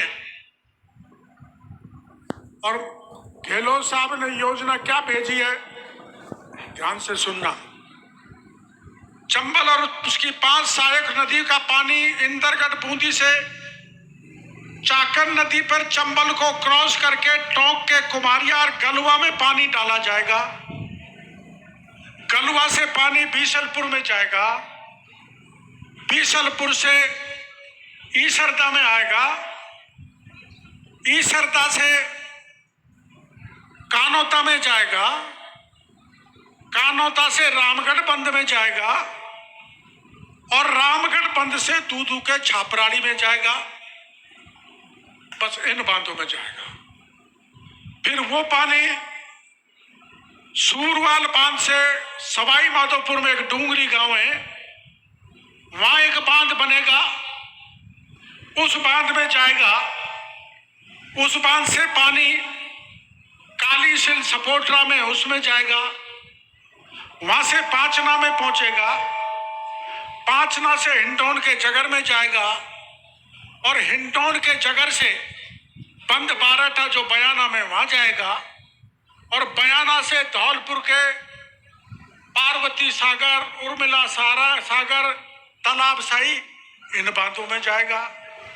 और सूरवाल से ही पानी चलेगा, नादोती में खुड़ा चैनपुर एक गांव है, वहां एक छोटा सा बांध बनेगा, और वहां से पानी सीधा टोडा भीम की वाल बालाजी के पास कूदता हुआ रेणी राजगढ़ को, माला खेड़ा को पार करता हुआ अलवर के जयसमंद में जाएगा। अब ये जो मैंने नक्शा बताया है, इन रास्ते में पड़ने वाला कोई इलाके के किसी बांध में पानी नहीं जा रहा है। यह है गहलोत साहब की ईआरसीपी की योजना।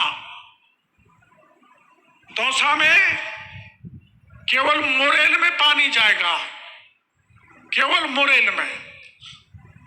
दौसा में 13 बांध हैं, हमारे सूरजपुरा है, बिनौरी है, सिंह टोली है, अपना सेंथल का बांध है, रेडिया का बांध है, चांदराना का बांध है। एक बांध में भी एक बूंद भी पानी गहलोत साहब की ईआरसीपी का नहीं डाला जा रहा है। तो बताओ ये हमारे साथ बेईमानी है कि नहीं। और जहां मैं भाषण दे रहा हूं, ये झिलमिली नदी जिसका छोटा सा एनीकट अपन ने वहां बनाया है, आगे मुरेल है, उसमें भी ईआरसीपी का पानी नहीं आ रहा। इसलिए हमारे जिले में एक बांध में, अलवर जिले में एक बांध में, भरतपुर में मात्र एक बांध में, तो सैकड़ों बांध रह गए। गहलोत साहब सुन लो, आपकी सीआईडी रिपोर्ट दे देगी, जितने भी बांध इन जिलों में 13 में, हर एक बांध को ईआरसीपी की योजना से जोड़ के केंद्र को भिजवा, वरना सड़क पर जंग होगी। क्या तमाशा है। ईआरसीपी राष्ट्रीय परियोजना घोषित करो। राजेंद्र राठौड़ साहब हमारे नेता हैं प्रतिपक्ष के। केंद्र क्या चाहता है, मेरी बात ध्यान से सुनना, आप पढ़े लिखे हो। देश में जितनी भी राष्ट्रीय परियोजना आज तक घोषित हुई है, जितनी भी, देश आजाद हुआ है तब से अब तक वो 75% वाटर डिपेंडेबिलिटी पर सैंक्शन हुई है। और गहलोत साहब ने प्रोजेक्ट भेजा है 50% वाटर डिपेंडेबिलिटी का। दिल्ली कहता है, मोदी जी कहते हैं केंद्रीय जल आयोग कहता है कि गहलोत साहब 75% वाटर डिपेंडेबिलिटी का, पानी निर्भरता का प्रोजेक्ट बनाकर मध्य प्रदेश के मुख्यमंत्री से सहमति पत्र भेज दो। इसको राष्ट्रीय परियोजना घोषित कराने की जिम्मेदारी हमारे पूरे राजस्थान की भारतीय जनता पार्टी की है। इस बात की गारंटी मैं यहां से देता हूं। लेकिन गहलोत साहब नहीं भेजना चाहते। गहलोत साहब आपको गुमराह करना चाहते हैं, आपको बहकाना चाहते हैं, वोट की फसल काटना चाहते हैं। और क्या कह रहे हैं? दिल्ली करेगा तो ठीक है, वरना मैं पूरा करूंगा। अगर 1000 गहलोत भी पैदा हो जाए ना, तो उनकी सोच के अनुसार ERCP की योजना पूरी नहीं हो सकती। इसके लिए 37,000 करोड़ की जरूरत है। गहलोत साहब ने ऊंट के मुंह में जीरा डाला है, 10,000 करोड़ रुपए दिया है, उससे ERCP की योजना पूरी नहीं होने वाली। इस महती सभा में गहलोत साहब मैं आपसे कहना चाहता हूं, आग्रह करना चाहता हूं, निवेदन करना चाहता हूं। आपने मध्य प्रदेश के मुख्यमंत्री को पत्र लिखा था, और क्या लिखा था कि हमको सहमति दो। वो पत्र मेरे पास है, मैं लेके आया हूं। मध्य प्रदेश के उनके साथी मित्र कमलनाथ ने उनके पत्र का जवाब दिया कि जब तक 75% पानी की योजना नहीं बनाओगे, तब तक मध्य प्रदेश सहमति नहीं देगा। उनके मुख्यमंत्री ने लिखा है। अब गलती किसकी है? गहलोत साहब की। वो गलती को सुधरवाने के लिए चलना है ना। कहां चलना है? जयपुर चलना है। और उनको क्या कहना है? 75% का प्रोजेक्ट बनाओ। 75% का मतलब और समझा देता हूं कि बरसात में जो पानी आता है सरप्लस, 75 का मतलब 4 बार जो बरसात का पानी आए वो कम से कम 3 बार तो मिले। जहां मैं भाषण दे रहा हूं उस हाई कोर्ट में 3 बार तो पानी मिले। लेकिन गहलोत साहब 2 बार का प्रस्ताव भेजना चाहते हैं, 2 बार का। हम 75 का नहीं भेजना चाहते। इसलिए नहीं भेजना चाहते कि बहका के, गुमराह करके, मोदी के नाम पर गाली देकर मैं वोट ले लूंगा। वोट की फसल इतनी आसानी से गहलोत साहब आप काट नहीं सकते। अब राजस्थान की जनता को आप गुमराह नहीं कर सकते। ये तेरे अजमेर के लोग नहीं है यहाँ पर राठौड़ साहब, 12 जिलों के लोग यहाँ पर कमर कस के आए हैं और इनका नारा है जल क्रांति करनी है, चप्पे चप्पे पर चंबल का पानी लाना है। आज के दिन महात्मा गांधी ने अगस्त क्रांति का नारा दिया था ना? दिया था ना, अंग्रेजों भारत छोड़ो। हम गहलोत साहब को कहना चाहते हैं, गहलोत साहब हमारे इलाके में चंबल का पानी छोड़ो, और अगर नहीं छोड़ते हो तो 2023 में आप गद्दी छोड़ने के लिए तैयार हो जाओ। ये यहाँ की जनता ने तय कर लिया। जनता ने तय कर लिया है। कितना बड़ा क्रूर मजाक, कैसा गुमराह करते हैं कि अगर दिल्ली ने पैसा नहीं दिया तो सारी योजना मैं पूरी कर दूंगा। अरे मेरे यहाँ इस हाई कोर्ट में सड़क बनानी थी, मेरी सारी चप्पल रगड़ दी मैंने सरकार के पीछे। उन्होंने पैसा नहीं दिया। 14 करोड़ नितिन गडकरी जी से लेके आया हूं अंदर की सड़क बनाने के लिए, दिल्ली से पैसा लेके आया हूं। और ये जो टूट गई थी अरंगल नांगल की सड़क, उसके 6 करोड़ रुपए गडकरी जी से लाके मैंने सड़क बनाई है। गहलोत साहब के पास पैसा नहीं है, खजाना खाली है। ये मैं कह रहा हूं, ये राठौड़ साहब ज्यादा बता सकते हैं। गहलोत साहब के पास खजाना खाली है, पैसा नहीं है। खजाना कहां है? खजाना मोदी के पास भरा पड़ा है। इसलिए मैं गहलोत साहब से कहना चाहूंगा कि अब अगर सच्चे ईमानदारी से आप इन 13 जिलों के लोगों को भला करना चाहते हो, कल्याण करना चाहते हो, तो मैंने सलाह कर ली है राठौड़ साहब से। आप अपने सारे एमएलए को ले चलो, हम सारे एमएलए चलेंगे, हमारे सारे एमपी चलेंगे। गहलोत साहब, आप हमारे साथ।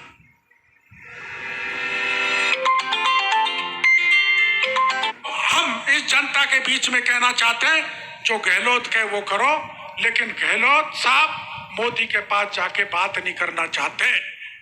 वो केवल गुमराह करके वोट की फसल काटना चाहते हैं। हमारे लोग और हम और डॉक्टर किरोड़ीलाल अब की बार गहलोत साहब को यहाँ गुमराह करके वोट की फसल नहीं काटने देगा।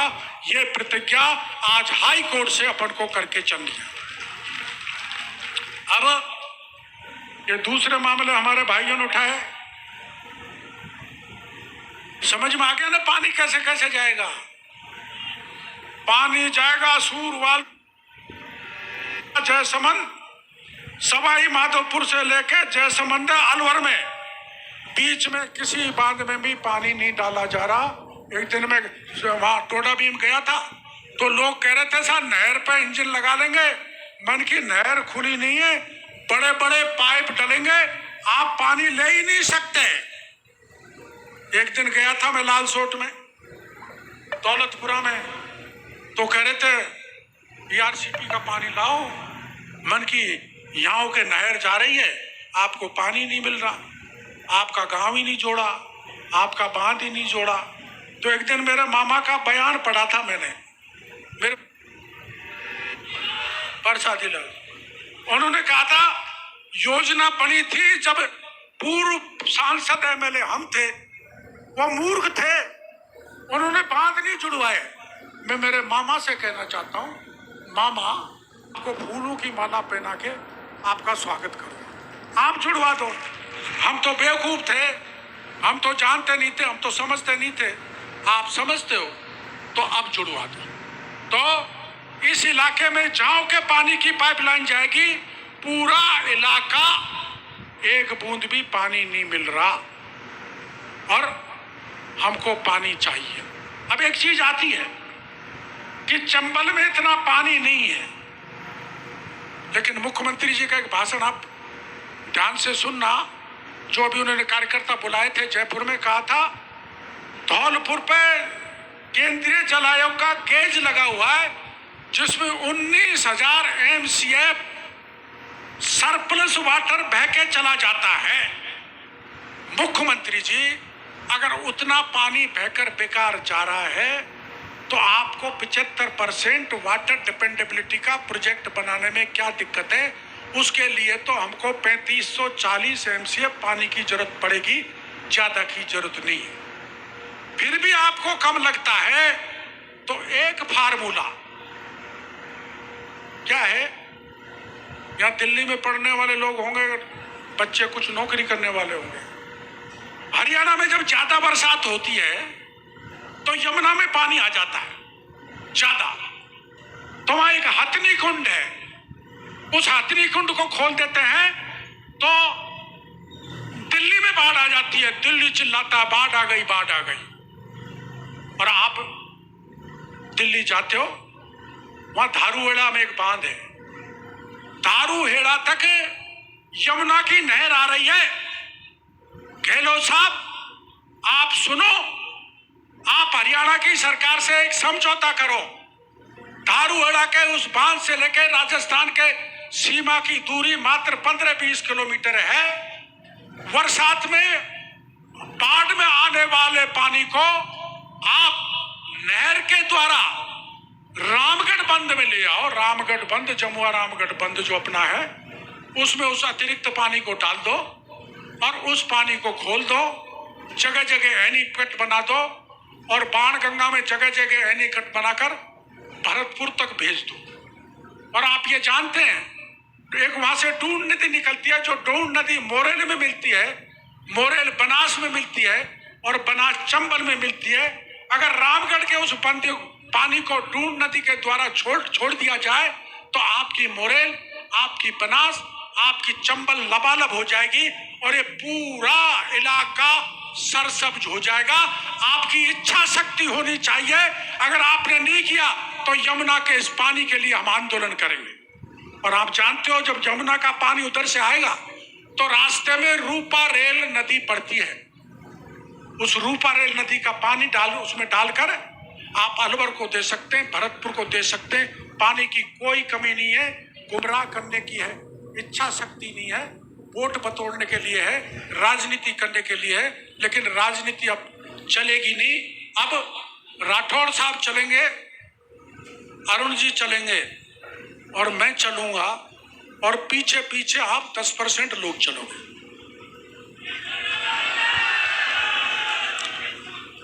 लाठी पड़ेगी तो कितने भागेंगे? गोली चलेगी तो कितने भागेंगे? गिरफ्तार किया तो कितने छुपेंगे? हैं? अब सुन लो, अब सुन लो।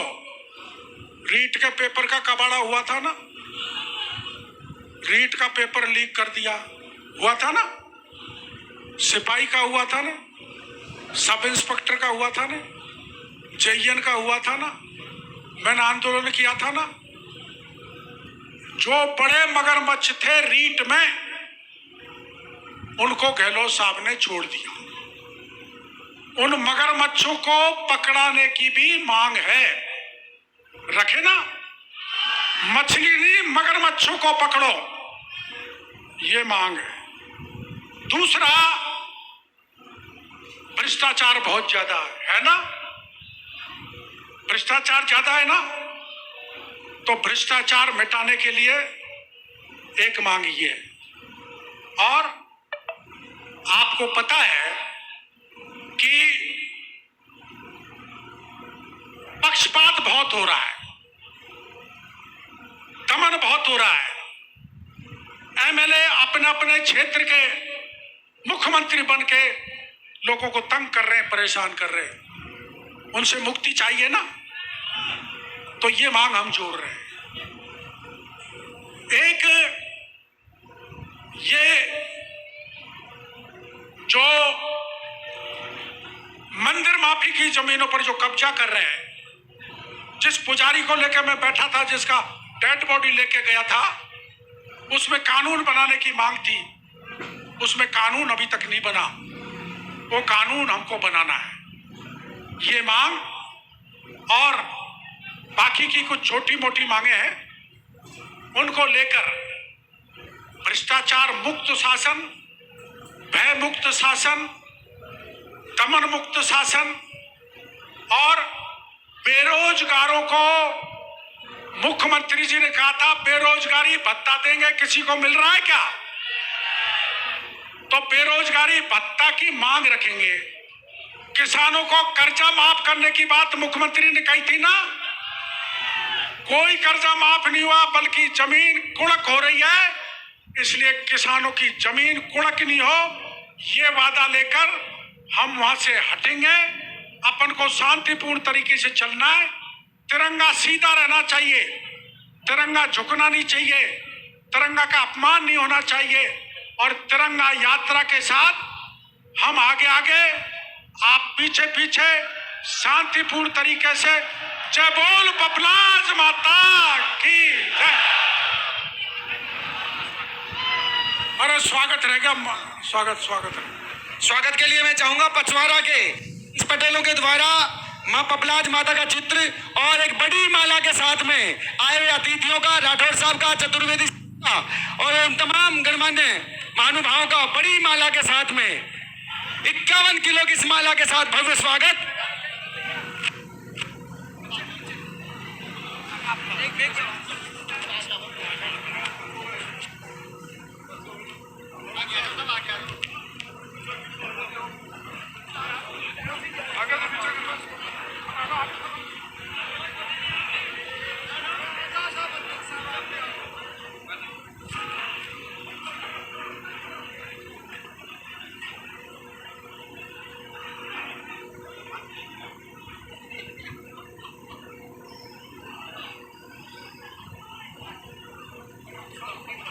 साथ ही राजपुरा और आसपास के क्षेत्र से युवा साथी जो धुंधी भाई टीम के सदस्य हैं, एक बार पुनः धुंधीराम जी भाई साहब को मैं बहुत बहुत और उन पूरी टीम को बहुत बहुत आभार व्यक्त करना चाहूंगा कि उन्होंने कम समय में बहुत बड़ा ये जो इतिहास रचा है, ये पंडाल रचा है। सभी का इस्तकबाल करते हैं। एक बार पुनः राजपुरा और आसपास क्षेत्र की टीम को मैं धन्यवाद दूंगा।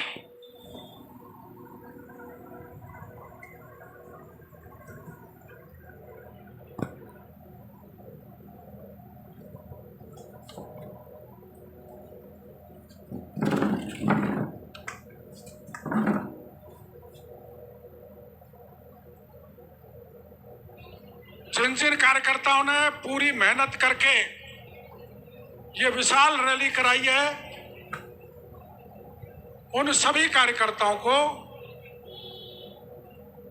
राजपुरा के भाइयों को जिन्होंने बड़ा सफलतापूर्वक आयोजन कराया, हमारे धुंधी भाई, महेंद्र जी और सारी टीम,